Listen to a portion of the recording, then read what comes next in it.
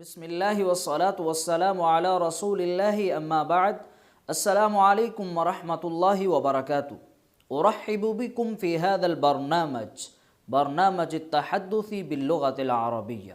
ناظرین، آپ سب کا میں عربک سپیکنگ کورس میں خیر مقدم کرتا ہوں۔ چلیے بڑھتے ہیں اپنے اگلے سبق کی طرف۔ بسمہ تعالی، بسم اللہ الرحمن الرحیم، شروع اللہ کے نام سے جو بڑا مہربان نہایت رحم والا ہے۔ الدرس الحادی عشر، الدرس الحادی عشر۔ پچھلی ویڈیوز میں ہم نے اپنے 10 اسباق کمپلیٹ کر لیے تھے۔ آج ہم اپنا 11واں سبق شروع کرنے جا رہے ہیں، اور 11ویں کو عربک لینگویج میں کہا جاتا ہے الحادی عشر، الدرس الحادی عشر، یعنی 11واں سبق۔ 11واں سبق ہمارا الضمائر المتصلہ کے بارے میں ہے۔ پچھلی ویڈیو میں نے بتایا تھا کہ الضمائر المنفصلہ وہ ضمائر ہیں جو الگ ہوتی ہیں، جدا ہوتی ہیں، منفصل ہوتی ہیں، مل کر نہیں آتی کسی اسم کے ساتھ۔ اور جو الضمائر المتصلہ ہیں یہ ایسی ضمائر ہیں جو کسی اسم یا فعل کے ساتھ مل کر آتی ہیں۔ چلیے سٹارٹ کرتے ہیں۔ پہلے ضمائر پڑھیں گے، پھر اس کے بعد اس کی جتنی بھی ضمیریں ہیں ان کی مثالیں پڑھیں گے۔ الضمائر المتصلہ یعنی وہ ضمیریں جو متصل ہوں، ملی ہوئی ہوں۔ وہی ترتیب ہوگی پڑھنے کی، اس میں سے اکثر ضمائر منفصلہ کے ساتھ ملتی جلتی ہوں گی۔ واحد مذکر غائب، واحد مذکر غائب ضمیر متصل کون سی ہے؟ ہو۔ واحد مذکر غائب ضمیر منفصل ہوا تھی، یہاں پر واحد مذکر غائب ضمیر متصل ہو ہے۔ تثنیہ مذکر غائب ہما، تثنیہ مذکر غائب ہما ضمیر متصل ہما۔ آگے جمع مذکر غائب وہ ہے ہم۔ آپ نے دیکھا ہوگا کہ پچھلی ویڈیو میں ضمیر منفصل جو تھی جمع کی، مذکر غائب کی، وہ بھی ہم تھی، اور جمع مذکر غائب ضمیر متصل جو ہے وہ بھی ہم ہے، یعنی ملتی جلتی ہیں ایک دوسرے سے۔ آگے چلیں، واحد مؤنث غائب کی ضمیر متصل ہا ہے، ہا۔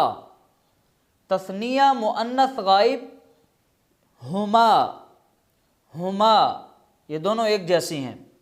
جمع مؤنث غائب ہن، ہن۔ واحد مذکر حاضر، حاضر کا مطلب مخاطب جو سامنے ہوتا ہے، کا۔ آپ نے دیکھا ہوگا کہ یہ چھوٹے چھوٹے جز ہیں ضمیروں کے، یہ اس لیے ہیں کہ اسماء یا افعال کے ساتھ یہ مل کر آتے ہیں۔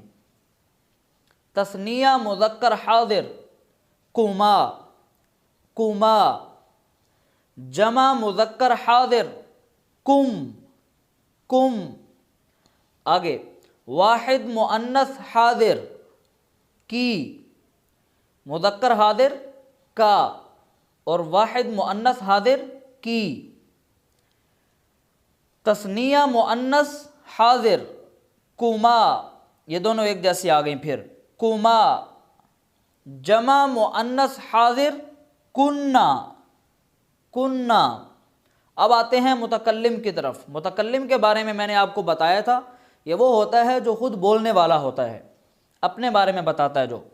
یا، اس کی وہی 2 ضمیریں ہیں، تثنیہ نہیں آتی اس کی، یا اور نا، یا اور نا۔ اگر تثنیہ کو استعمال کرنا ہے تو اس کے لیے بھی یہی ضمیر استعمال ہوگی، نا۔ اب ان سب ضمیریں جو ہم نے پڑھی ہیں ان کی مثالیں جانتے ہیں۔ اب دیکھیں کہ یہ ضمیر متصل ہوتی ہے، ضمائر متصلہ یہ مل کر آتی ہیں۔ وہ کیسے مل کر آتی ہیں کہ دیکھیں، کتابہ، یہ وہی ضمیر ہے جو آپ نے یہاں پہ واحد مذکر غائب کی پڑھی تھی۔ کتابہ یعنی اس کی کتاب، اس کی کتاب۔ اور فعل کے ساتھ ملتی ہیں تو کیسے؟ ضربہ، ضربہ خالد، ضربہو خالد، یہ وہی بات ہو جائے گی، پیچھے کسی کی بات چل رہی ہے تو ہم اس کے بارے میں بتا رہے ہیں کہ خالد نے اس کو مارا۔ کتابہ، اس کی کتاب، اگر دو لڑکے ہیں جن کی کتاب ہے تو پھر ہم کیا کہیں گے؟ کتابہما، کتابہما، ان دو کی کتاب۔ تثنیہ مذکر غائب کی ضمیر ہما، کتابہما۔ پھر آگے اگر ہم نے جمع مذکر غائب پڑھنا ہے تو کیسے پڑھیں گے؟ کتابہم، کتابہم، یعنی ان سب کی کتاب۔ اب آگے کتابہا، دیکھو گا آپ نے ہا ضمیر لگی ہوئی ہے، یہ ضمیر متصل واحد مؤنث غائب کی ہے، مؤنث کی ضمیر ہا ہے، تو پڑھیں گے کتابہا، یعنی اس ایک کی لڑکی کی کتاب، کتابہا۔ اور اگر دو ہیں تو کتابہما وہی، اور اگر تین یا تین سے زیادہ ہیں تو پھر کہیں گے کتابہن، کتابہن، یعنی ان سب کی کتاب۔ اب آتے ہیں مذکر مخاطب کی طرف۔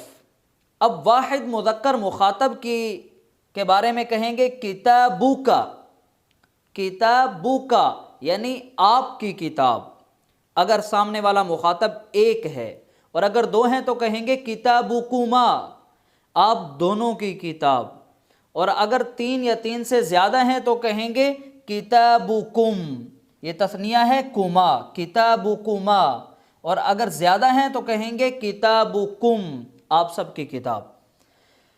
اب مؤنث حاضر، واحد مؤنث حاضر مخاطب کتابو کی، مذکر مخاطب کتابو کا، اور یہ کتابو کی، ایک لڑکی سے مخاطب ہیں، کتابو کی، آپ کی کتاب، اور اگر لڑکیاں دو ہیں تو اس کے لیے جو تثنیہ مذکر حاضر کی ضمیر تھی وہی ضمیر ہم یہاں پر لگائیں گے، کتابکما، آپ دونوں کی کتاب۔